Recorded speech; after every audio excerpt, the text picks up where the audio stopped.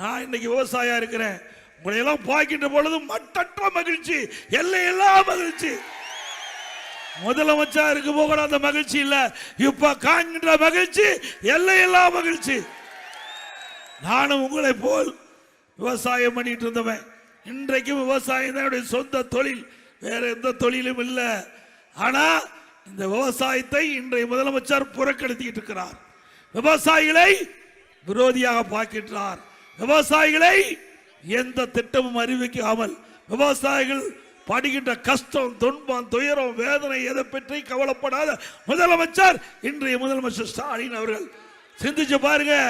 அண்மையில் டெல்டாவில் இருக்கிற விவசாயிகள் உற்பத்தி செய்யப்பட்ட நெல் நேரடி நெல் கொள்முதல் கொண்டு சென்று விற்க முடியல.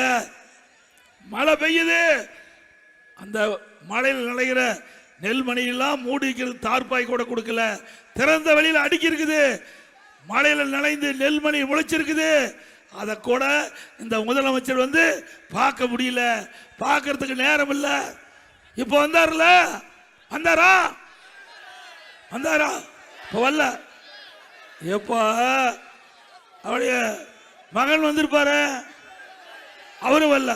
சுத்தம் நீங்க முடிவு பண்ணிட்டாங்க. திருவாரூர் சட்டமன்ற தொகுதி ஜெயிக்காது முடிவு பண்ணிட்டாங்க. நான் ஏற்கனவே எழுச்சி பயணத்தின் போது உங்களை எல்லாம் சந்திச்சுட்டு போனேன். இதே இடத்துல மீண்டும் இதே இடத்துல வந்திருக்கிறேன். பாருங்க, நெல்லெல்லாம் முளைச்சு போச்சு.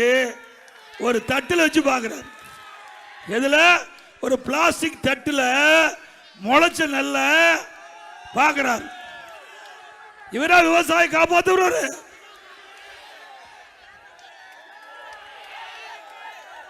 ஒரு தட்டில் நாம கஷ்டப்பட்டு இரவென்றும் பகலென்றும் பாராம ரத்தத்தை விரைவியா சிந்தி பயிரை நெட்டு அதை நோயிலிருந்து காப்பாற்றி அதை அறுவடை செஞ்சு அந்த நெல்மணிகளாம் மூட்டை பிடிச்சி விற்க கொண்டு போய் மழையில் நனைஞ்சு நெல்மணி முளைச்சு போச்சு.